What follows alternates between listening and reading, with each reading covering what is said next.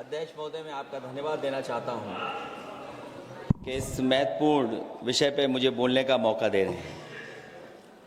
मैं अपने साथी माननीय सदस्य गौरव गोगोई जी के से सहमत हूं। बहुत सारे महत्वपूर्ण उन्होंने बिंदु उठाए और अध्यक्ष महोदय,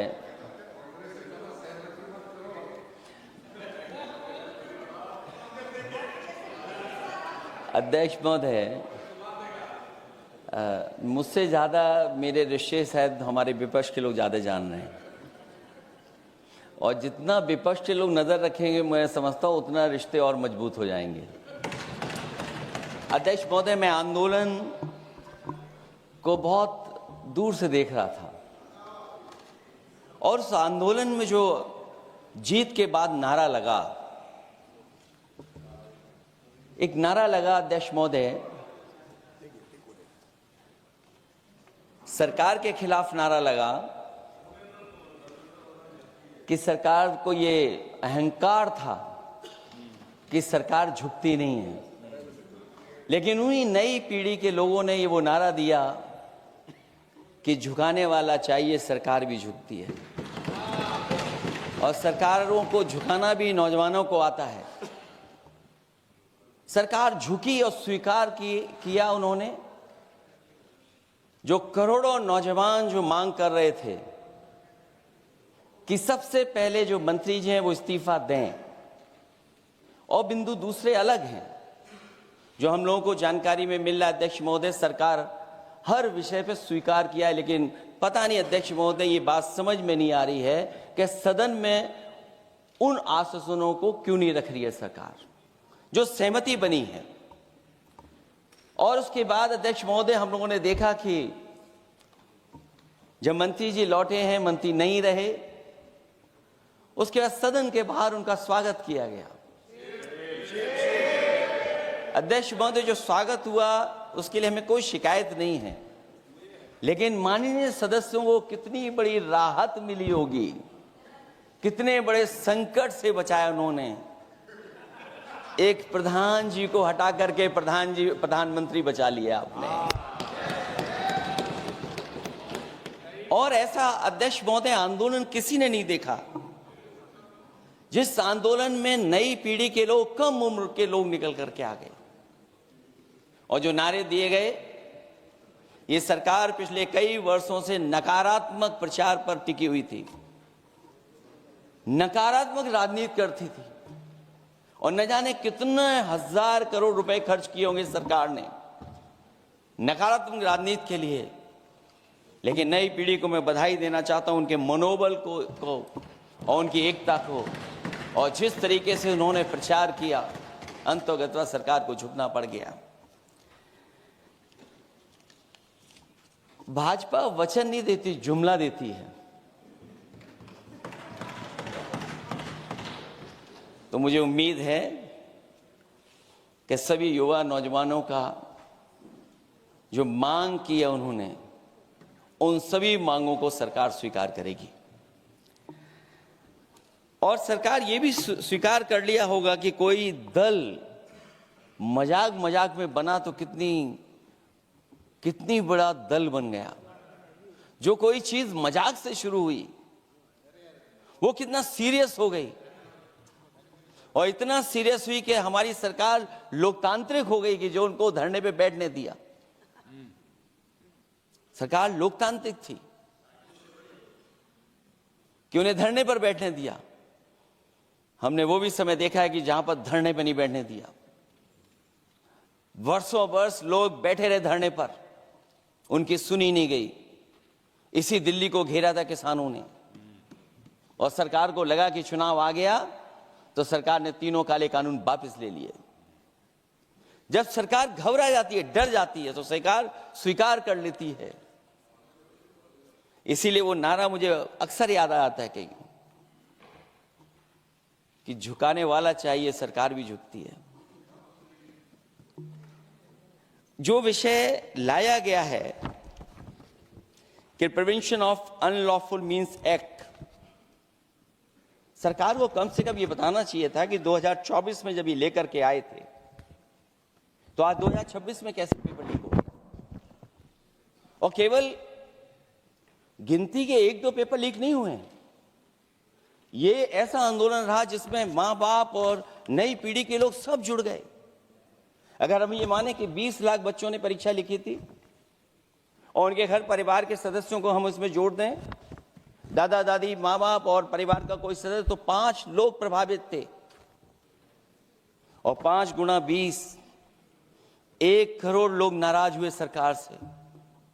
और अक्सर हम पॉलिटिकल लोग हैं, हम लोग जानते हैं जब कभी आंदोलन करते हैं तो कितनी तैयारी करानी पड़ती है, गाड़ियों का इंतजाम, खाने का इंतजाम और इंतजाम। लेकिन ये पहला आंदोलन देखा कि जिसमें माँ बाप भी जुड़ गए और कहा कि जाओ बच्चों आंदोलन करो, हम आपके साथ हैं। ये पहला आंदोलन ऐसा देखने को मिला है। और केवल दिल्ली में नहीं हुआ ये, केवल दिल्ली में नहीं हुआ ये। अगर ये बात गलत है, अगर ये बात अध्यक्ष महोदय गलत लग रही है, तो देश के होम मिनिस्टर साहब को ले आइए, वो सब एक्सप्लेन कर देंगे।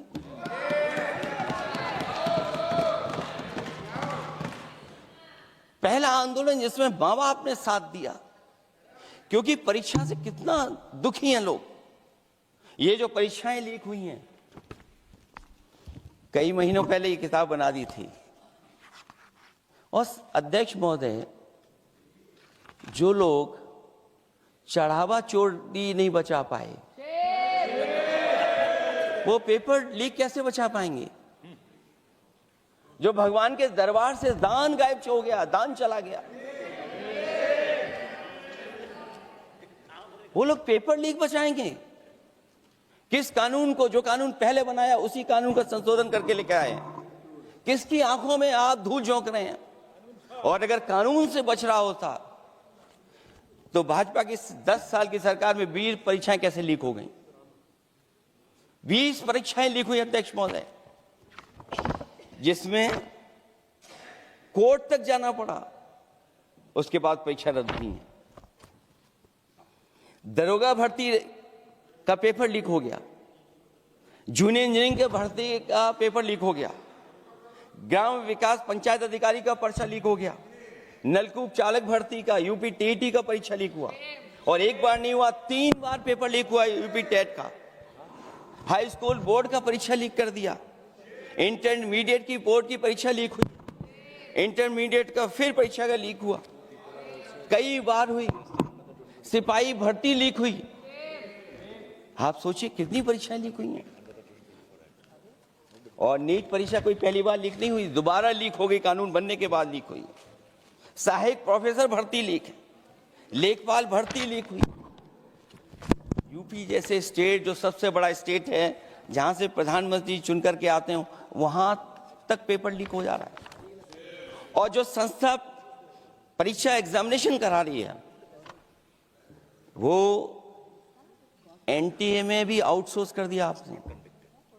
हम विपक्ष के लोगों को तो डर ये लगता है अध्यक्ष महोदय, कहीं ऐसा ना हो कि ये पूरी सरकार को आउटसोर्स कर दें। आउटसोर्स सरकार है, जो सबसे विश्वसनीय संस्था है, उसमें आउटसोर्स पे आपने कर्मचारियों को रखा हुआ है। किस बात की जवाबदेही है? यही अकाउंटेबिलिटी है आपकी?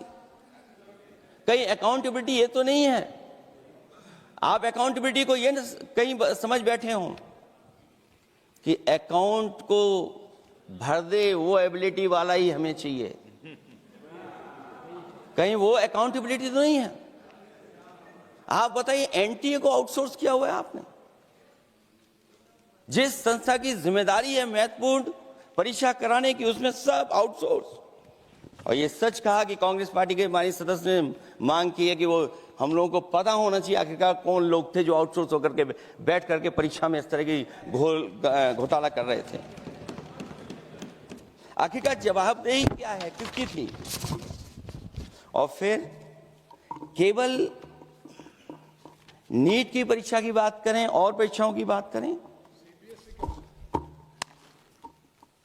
अगर हम अध्यक्ष महोदय, जब से सरकार बनी है तब से सरकार की कोशिश रही है कि शिक्षा, परीक्षा और यूनिवर्सिटी का ताना बाना पूरा ध्वस्त हो जाए।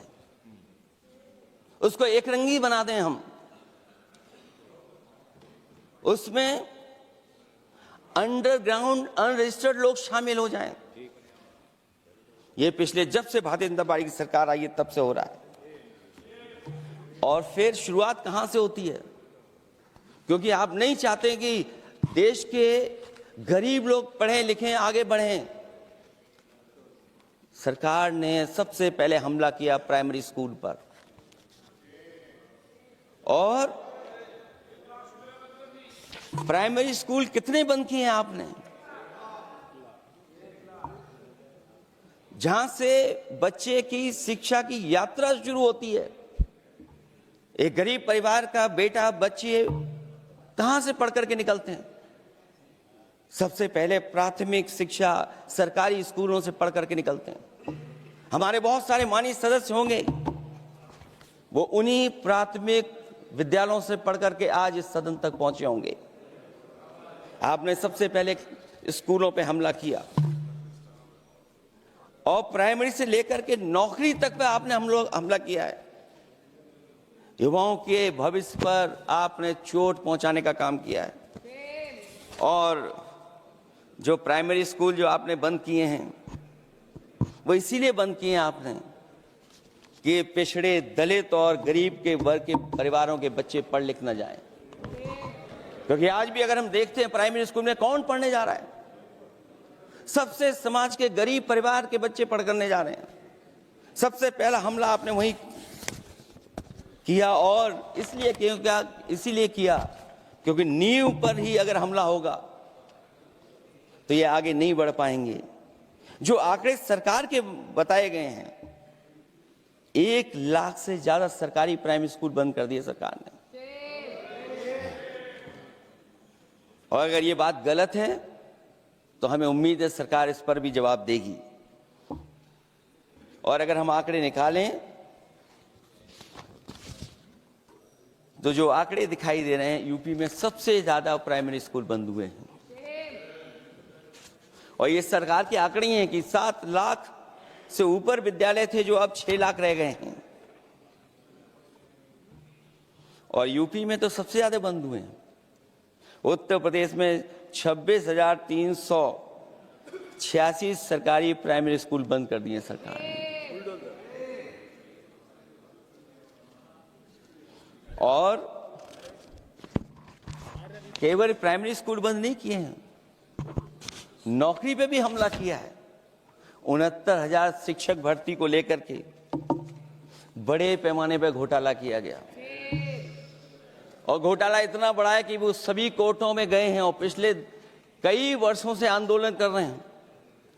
कोई स्थान नहीं बचा अध्यक्ष महोदय जहां पर वो शिक्षक भर्ती के लोग न गए हों। मंत्रियों के यहाँ गए, आंदोलन किया है, हाई कोर्ट गए, सुप्रीम कोर्ट गए। लेकिन देखिए सरकार भी कमाल की है कि सरकार उनको नौकरी नहीं देना चाहती। और इसलिए नौकरी नहीं देना चाहती है क्योंकि उन्होंने भर्ती गलत की है। और भर्ती में जिन लोगों का अधिकार छीना है वो सबसे ज्यादा पिछड़े और दलित परिवार के बेटे, जिनका अधिकार इस सरकार ने छीना है। और ये अगर बात नहीं ठीक है तो हमें उम्मीद है कि सरकार इसका भी जवाब देगी। माध्यमिक स्कूलों को भी बंद किया जा रहा है और बड़े पैमाने पे स्कूल बंद हुए हैं। और जो बोर्ड की परीक्षाएं लीक हुई हैं, पूरे देश में बड़े पैमाने पर बोर्ड परीक्षाओं के पेपर लीक किए गए हैं। अध्यक्ष महोदय, हम जानना चाहते हैं कि आखिरकार 10वीं और 12वीं के पेपर लीक क्यों हो रहे हैं? 10वीं और 12वीं के पेपर लीक क्यों हो रहे हैं? इसके लिए अगर कोई सरकार के पास जवाब हो तो बताएं।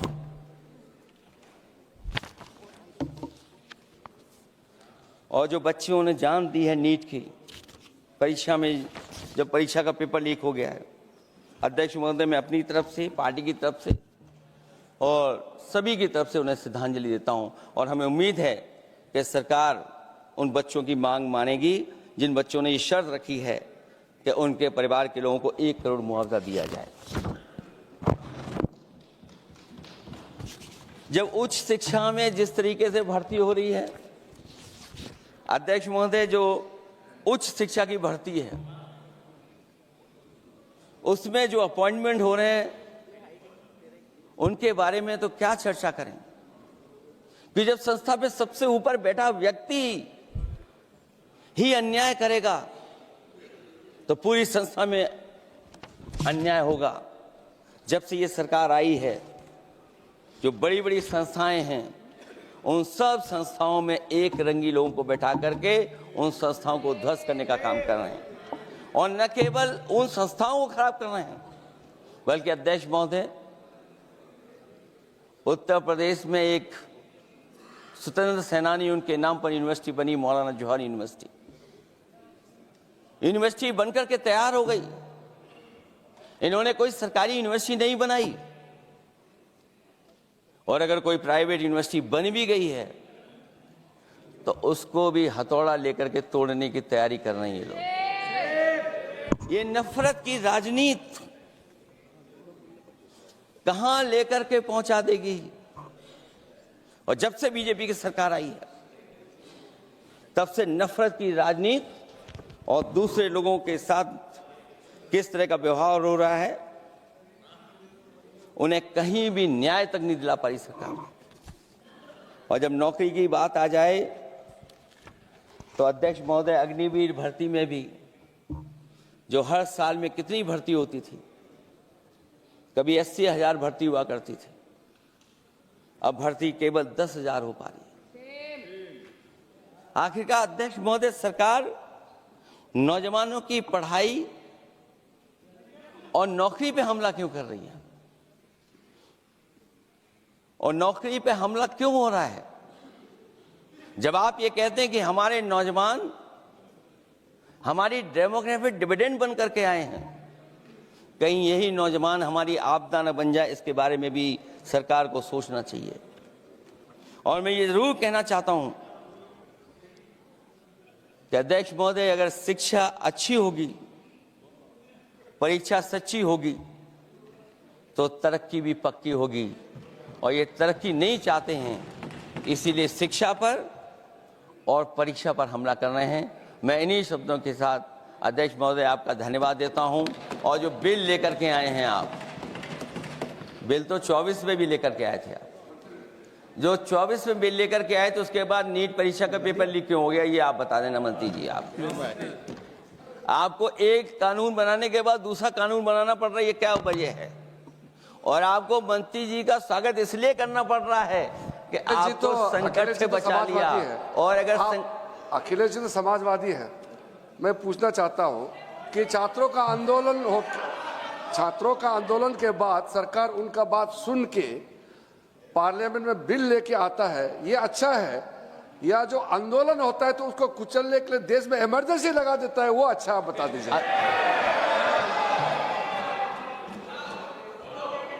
अध्यक्ष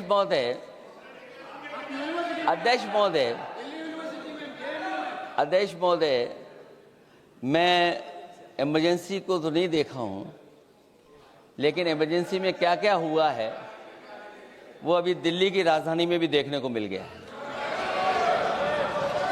आंसू के गैस के गोले और लकड़ी में लगा हुआ कुछ कील का और कांटे की चीजें, उस समय करंट नहीं लगाया जाता था, इस बार करंट लगाया गया। तो ये इमरजेंसी के बराबर ही हुआ है हमला, कम नहीं है। इमरजेंसी से कम अन्याय नहीं कर रहे हैं आप लोग। और याद करिए अध्यक्ष महोदय, अगर इमरजेंसी इन्हें याद आ गई है, अगर इमरजेंसी अध्यक्ष महोदय ने याद आ गई है, तो इमरजेंसी के बाद भी परिवर्तन हुआ था, और हमें भरोसा है कि इसके बाद भी परिवर्तन होगा। और अध्यक्ष महोदय, मैं आखिरी में कहना चाहता हूं, कानून से नहीं, नियत साफ होगी तब नीट का परीक्षा साफ होगी। सवाल कानून का नहीं है, आपकी नियत साफ नहीं है। और जिस समय आपकी नियत साफ होगी तो परीक्षा भी साफ हो जाएगी। और हमारे साथी जो कुछ और बातें उठा रहे हैं, आज मौका नहीं है, लेकिन आपको भगवान भी माफ नहीं करेंगे, क्योंकि आप चढ़ावा चोरी में शामिल हुए हैं।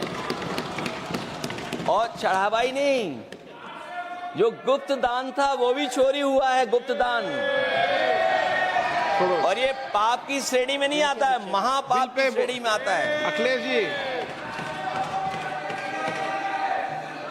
Akhilesh ji bill pay. और अध्यक्ष महोदय, आखिरी में मैं इतना ही कहना चाहता हूं, शिक्षा की रक्षा के लिए जो आंदोलन हुआ है वो हमेशा आंदोलन जीतेंगे। बहुत